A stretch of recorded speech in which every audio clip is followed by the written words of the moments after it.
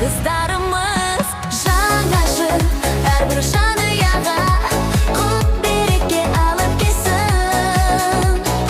Осынау бұл өлеңімді өзіңе арнадым, Қазақстаным.